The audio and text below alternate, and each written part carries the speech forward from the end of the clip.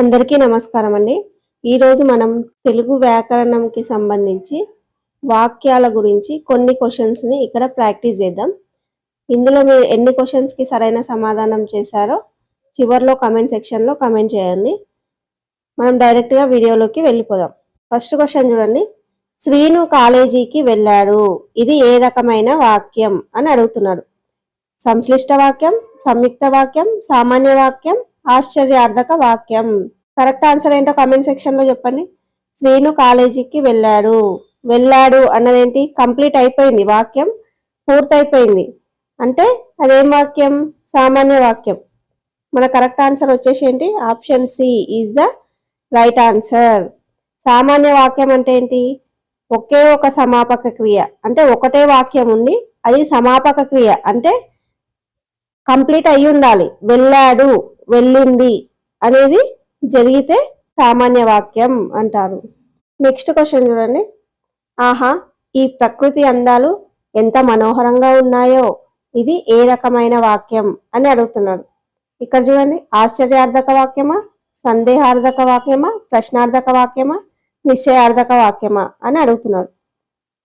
Comment చేయండి ఏది correct answer. ఆహా, అయ్యో, వామ్మో ఇలాంటివి వస్తే వాటిని ఏమంటారు? ఆశ్చర్యార్థక వాక్యాలు అంటారు. సో ఇందులో మన కరెక్ట్ ఆన్సర్ ఏంటి?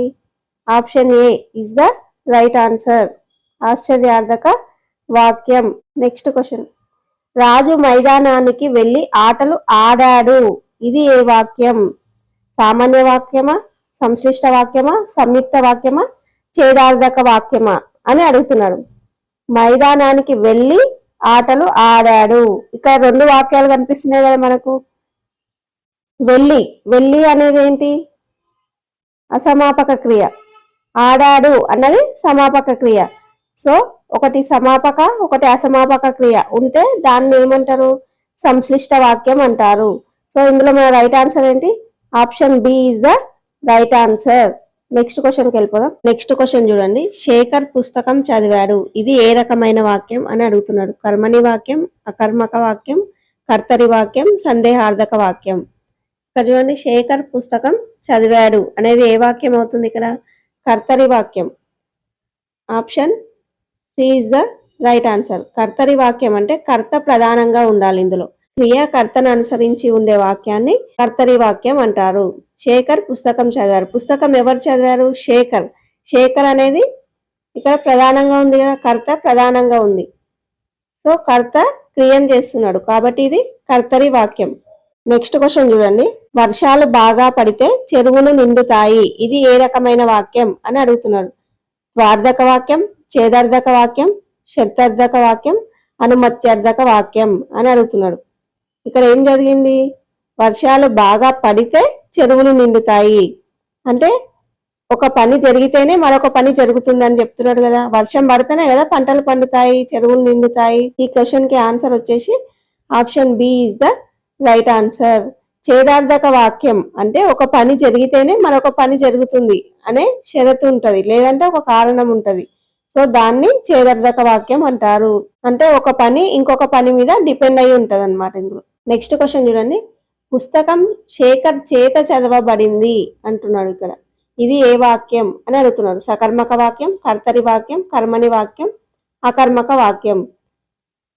కర్మని వాక్యం. ఇక్కడ ఆన్సర్ వచ్చేసి ఏంటి? కర్మని వాక్యం. పుస్తకం శేఖర్ చేత చదవబడింది అంటే ఇక్కడ పుస్తకం అనేది ప్రధానంగా ఉంది. అంటే కర్మ అనేది పుస్తకం ప్రధానంగా ఉండి చేత, బడింది అనేటటువంటి రూపాలు ఉంటే ఆ వాక్యాన్ని కర్మని వాక్యం అంటారు. సో ఇందాక కర్తరి వాక్యంలో ఏంటి? కర్త ప్రధానంగా ఉండాలి. ఈ కర్మని వాక్యంలో ఏంటి? కర్మ ప్రధానంగా ఉండాలి. సో మన కరెక్ట్ ఆన్సర్ వచ్చేసి కర్మని వాక్యం. నెక్స్ట్ క్వశ్చన్ చూడండి. ఆమె రేపు హైదరాబాద్ వెళ్తుంది, ఇది ఏ కాలాన్ని సూచిస్తుంది? వర్తమాన కాలం, భూతకాలం, భవిష్యత్తు కాలం, తద్ధర్మ కాలం. ఇది అందరికీ తెలిసిందే కదా, చాలా చాలా ఈజీ. రేపు హైదరాబాద్కు వెళ్తుంది అంటే ఏంటి? భవిష్యత్తు కాలం. సో మన కరెక్ట్ ఆన్సర్ వచ్చేసి option C is the right answer. Next question చూడండి. గీత పాలు తాగుతోంది, ఇది ఏ రకమైన వాక్యం అంటున్నాడు. అకర్మక వాక్యం, సకర్మక వాక్యం, విద్యార్థక వాక్యం, ప్రార్థనార్థక వాక్యం అంటున్నాడు.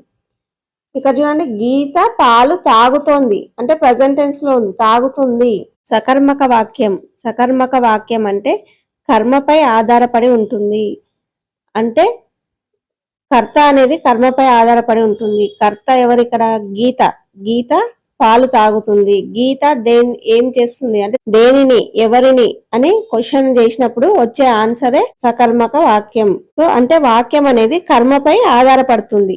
సకర్మక అంటే సా ప్లస్ కర్మక అంటే కర్మతో కూడినది అని అర్థం. సో మన కరెక్ట్ ఆన్సర్ వచ్చేసి ఆప్షన్ బి, గీత పాలు తాగుతుంది అనేది సకర్మక వాక్యం. రాముడు పండును తింటున్నాడు అనేది కూడా సకర్మక వాక్యం. రాముడు రావణుని చంపాడు అనేది కూడా సకర్మక వాక్యం. నెక్స్ట్ క్వశ్చన్ చూడండి, నీవు కలకాలం సంతోషంగా ఉండు. ఇది ఏ రకమైన వాక్యం అంటున్నాడు? ఆశీర్వాదక వాక్యం, ప్రార్థనార్థక వాక్యం, అనుమత్యార్థక వాక్యం, నిషేధార్థక వాక్యం. అంటే ఇక్కడ చూడండి, ఈజీగా చెప్పొచ్చు. నువ్వు సంతోషంగా ఉండు, కలకాలం సంతోషంగా ఉండడు అనడం ఏంటి? ఆశీర్వాదక వాదం అంటే ఆశీర్వదించడమే కదా. నువ్వు కలకాలం సంతోషంగా ఉండు, ఎల్లప్పుడూ సుఖశాంతులతో ఆయుర ఆరోగ్యాలతో వర్ధిల్లు అనడం ఏంటిది? ఆశీర్వదించడం. సో ఇక్కడ కరెక్ట్ ఆన్సర్ ఏంటి? ఆశీర్వాదక వాదం. Option A is the right answer. Next question చూడండి, ఆయన ఉపాధ్యాయుడా లేక రచయిత? ఇది ఏ రకమైన వాక్యం అని అడుగుతున్నారు? నిశ్చయార్థక వాక్యం, సందేహార్థక వాక్యం, ప్రార్థనార్థక వాక్యం, ప్రశ్నార్థక వాక్యం. ఇక్కడ ఏమంటున్నాడు? ఆయన ఉపాధ్యాయుడా లేక రచయిత అంటే సందేహం కదా. సో సందేహిస్తున్నాడు అంటే ఉపాధ్యాయుడా లేకపోతే రచయితనా తెలియకపోతే అడుగుతున్నాడు కదా. అంటే ఏది కరెక్టో తేల్చుకోనప్పుడు ఉండేదే సందేహం. సో ఇదేంటి? సందేహార్థక వాక్యం కిందికి వస్తుంది. సో మన కరెక్ట్ ఆన్సర్ వచ్చేసి option B is the right answer. సందేహార్థక వాక్యం అంటే ఒక విషయంపై స్పష్టత లేక అనుమానాన్ని లేదా సందేహాన్ని వ్యక్తం చేసే వాక్యాన్ని సందేహార్థక వాక్యం అంటారు. ఇక్కడ సందేహమే కదా, అంటే స్పష్టత లేదు కదా, ఆయన ఉపాధ్యాయుడా లేక రచయిత అనే స్పష్టత లేకపోవడాన్ని సందేహార్థక వాక్యం అంటారు. నెక్స్ట్ క్వశ్చన్ చూడండి, ఇక్కడ చెత్త వేయవద్దు. ఇది ఏ రకమైన వాక్యం అని అడుగుతున్నాడు? అనుమత్యార్థక వాక్యం, నిషేధార్థక వాక్యం, విద్యార్థక వాక్యం, ప్రార్థనార్థక వాక్యం. చెత్త వేయవద్దు అనేది ఏంటి? నెగటివ్ గా అంటే చేయకూడని పనులు, అంటే ఒక పనిని చేయకూడదు అని చెప్పేదాన్నే నిషేధార్థక వాక్యం అంటారు. సో ఇక్కడ చేయవద్దు అనేది ఏంటి? నిషేధార్థక వాక్యం. Option B is the right answer. Next question చూడండి, దయచేసి నాకు కాస్త సమయం ఇవ్వండి. ఇది ఏ రకమైన వాక్యం అని అడుగుతున్నారు? విద్యార్థక వాక్యం, ఆశీర్వాదక వాక్యం, ప్రార్థనార్థక వాక్యం, అనుమత్యార్థక వాక్యం. దయచేసి అని అడుగుతున్నారు కదా, అంటే ఏంటి? రిక్వెస్టే కదా. సో ప్రార్థనార్థక వాక్యం. ఒకరిని అభ్యర్థించడం లేక వేడుకోవడాన్ని ఏమంటారు? ప్రార్థనార్థక వాక్యం అంటారు. సో కరెక్ట్ ఆన్సర్ వచ్చేసి ఆప్షన్ సి. నెక్స్ట్ క్వశ్చన్ చూడండి, భాస్కర్ పరీక్ష బాగా రాశాడు కానీ ఫలితం రాలేదు. ఇది ఏ వాక్యం అని అడుగుతున్నాను? సంయుక్త వాక్యం, సంశ్లిష్ట వాక్యం, సామాన్య వాక్యం, ఛేదర్థక వాక్యం. బాగా రాశాడు కానీ ఫలితం రాలేదు అని అంటున్నా. అంటే రెండు వాక్యాలు ఉన్నాయి కదా ఇందులో. పరీక్ష బాగా రాశాడు అనేది ఒక వాక్యం, ఫలితం రాలేదు కానీ ఫలితం రాలేదు, బాగా రాసినప్పటికీ కూడా ఫలితం రాలేదు అంటే ఇందులో రెండు వాక్యాలు కనిపిస్తున్నాయి. కాబట్టి ఇదేంటి? సంయుక్త వాక్యం. అంటే రెండు సామాన్య వాక్యాలను కానీ స్వతంత్ర వాక్యాలను కానీ అనే సముచ్చయంతో కలిపినప్పుడు అది సంయుక్త వాక్యం. ఇక్కడ కానీ అని వచ్చింది అనుకోండి, అది ఏ వాక్యం అవుతుంది? సంయుక్త వాక్యం.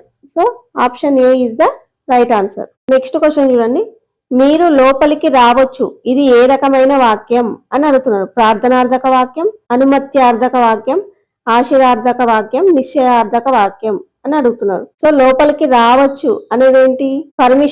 పర్మిషనే కదా లోపలికి రావచ్చు, పర్మిషన్ ఇవ్వడమే కదా రావచ్చు అనేది అనుమతి ఇవ్వడం. ఒక పనిని చేయడానికి అనుమతి ఇవ్వడాన్నే అనుమత్యార్థక వాక్యం అంటారు. మీరు లోపలికి రావచ్చు అంటే అనుమతి ఇచ్చారనే కదా లోపలికి రావచ్చు, అంటే అనుమతి ఇవ్వడం జరిగింది. సో దాన్ని ఏమంటారు? అనుమత్యార్థక వాక్యం అంటారు. So option B is the right answer. Next question చూడండి, విద్యార్థులు పాఠాలు వింటున్నారు. ఇది ఏ రకమైన వాక్యం అని అడుగుతున్నారు? స్వార్థక వాక్యం, చిత్రార్థక వాక్యం, ఛేదార్థక వాక్యం, విద్యార్థక వాక్యం. అంటే పాఠాలు వింటున్నారు అంటే ప్రస్తుతం జరుగుతుందిగా, వింటున్నారు అంటే ఇంకా జరుగుతుంది. విన్నారు అంటే అయిపోయింది, వింటారు అంటే అది ఫ్యూచర్ టెన్స్. సో ఇక్కడ ఏం జరుగుతుంది, ప్రజెంట్ టెన్స్ జరుగుతుంది, వింటున్నారు అంటే ప్రస్తుతం పని జరుగుతుంది అని. ప్రస్తుతం జరుగుతున్న పనిని అంటే వర్ధమాన అసమాపక క్రియ సూచించే వాక్యాన్ని చతుర్థక వాక్యం అంటారు. సో ఇప్పుడు మన కరెక్ట్ ఆన్సర్ వచ్చేసి ఏంటి, option B is the right answer. Next question చూడండి, హోంవర్క్ పూర్తి చేసి నిద్రపో, ఇది ఏ రకమైన వాక్యం అని అడుగుతున్నారు. స్వార్థకం, శతార్థకం, చేదార్థకం, అప్యర్థకం. అంటే హోంవర్క్ పూర్తి చేసి అంటే ఒక పనిని పూర్తి చేసి ఇంకో పని చేయండి అని అడుగుతున్నారు. ఒక పని పూర్తయిన తర్వాత ఇంకొక పని చేయడం గురించి తెలపడాన్ని స్వార్థక వాక్యం అంటారు. సో మన కరెక్ట్ ఆన్సర్ వచ్చేసి ఏంటి, option A is the right answer. Next question చూడండి, ఆయన నిజాయితీ గల అధికారి, ఇది ఏ రకమైన వాక్యం అని అడుగుతున్నాడు.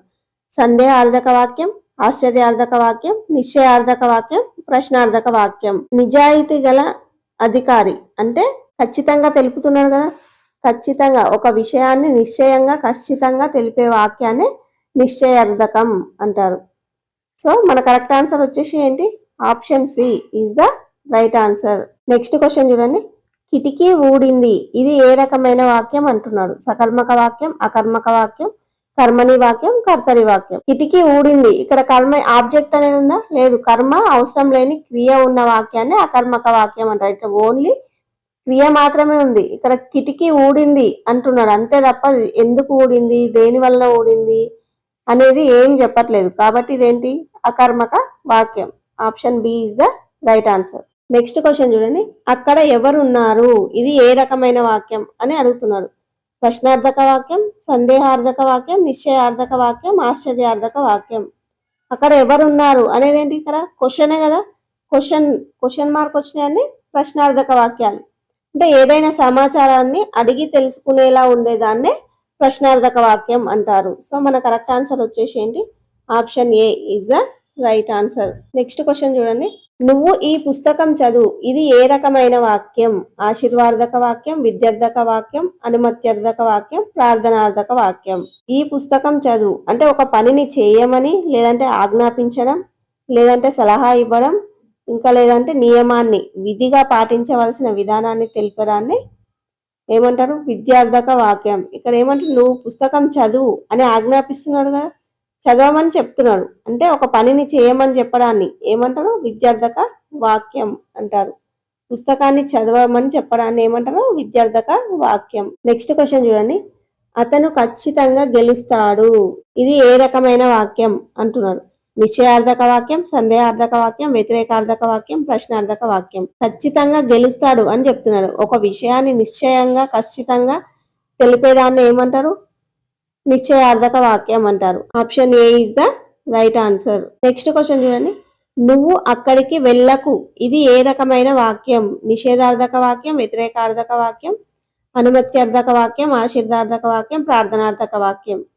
నువ్వు అక్కడికి వెళ్ళకు అంటే ఏం చెప్తున్నావు, అంటే వెళ్ళకూడదు, చేయకూడని పనులు, నువ్వు అక్కడికి వెళ్ళొద్దు, నువ్వు ఈ పని చేయొద్దు, కొన్ని పనులు అనేవి చేయకూడని ఉంటాయి కదా, సో వాటిని ఏమంటారు, నిషేధార్థక వాక్యం అంటారు. ఒక పనిని చేయకూడదని నిరోధించడాన్ని నిషేధార్థక వాక్యం అంటారు. Option A is the right answer. Next question చూడండి, ఆమె వస్తుందో రాదో తెలియదు, ఇది ఏ రకమైన వాక్యం. నిశ్చయార్థక వాక్యం, సందేహార్థక వాక్యం, సంయుక్త వాక్యం, ప్రశ్నార్థక వాక్యం. అంటే ఇక్కడ వస్తుందో రాదో అంటే ఒక విషయంపై స్పష్టత లేదు కదా, స్పష్టత లేకపోతే లేదంటే అనుమానాన్ని లేదా సందేహాన్ని వ్యక్తం చేసే వాక్యాలను ఏమంటారు, సందేహార్థక వాక్యం అంటారు. అంటే ఆమె వస్తుందో రాదో అంటే వస్తుందో తెలీదు, రాదో తెలీదు, సందేహార్థక వాక్యం అంటారు, స్పష్టత లేకపోవడాన్ని. So option B is the right answer. Next question చూడండి, మీరు వెళ్ళవచ్చు, ఇది ఏ రకమైన వాక్యం. అనుమత్యర్థక వాక్యం, విద్యార్థక వాక్యం, ప్రార్థనార్థక వాక్యం, ఆశీర్వాదక వాక్యం. మీరు వెళ్ళవచ్చు అనేది ఏంటి, పర్మిషనే కదా, మీరు వెళ్ళవచ్చు అని చెప్తున్నాడు, పర్మిషన్ ఇస్తున్నాడు. మీరు వెళ్ళవచ్చు అనేది అనుమతినివ్వడం, అనుమతి ఇస్తున్నాడు, కాబట్టి దీన్ని ఏమంటారు, అనుమత్యార్థక వాక్యం అంటారు. Option A is the right answer. Next last question చూడండి, వాహనాలు నెమ్మదిగా వెళ్ళాలి. ఇది ఏ రకమైన వాక్యం? విద్యార్థక వాక్యం, ఆశీర్వాదక వాక్యం, నిషేధార్థక వాక్యం, ప్రార్థనార్థక వాక్యం. వాహనాలు నెమ్మదిగా వెళ్ళాలి అని చెప్తున్నాడు. అంటే ఇది ఒక రూల్ని పాటించడం అనే కదా. రూల్స్ని పాటించడాన్ని, నియమాన్ని లేదా విధిగా పాటించవలసిన విధానాన్ని తెలిపే వాక్యమే ఏమంటారు దీన్ని? విద్యార్థక వాక్యం. So option A is the right answer. So ఇదండి ఇవాల్టి వీడియో. ఈ వీడియో కనుక మీకు నచ్చినట్టయితే ఖచ్చితంగా లైక్ చేయండి, సబ్స్క్రైబ్ చేయండి. ఇంకా మీ ఫ్రెండ్స్ కానీ ఫ్యామిలీ మెంబర్స్ ఎవరైనా టెట్కి ప్రిపేర్ అయ్యే వాళ్ళు ఉంటే ఖచ్చితంగా వాళ్ళకి షేర్ చేయండి. Thank you for watching.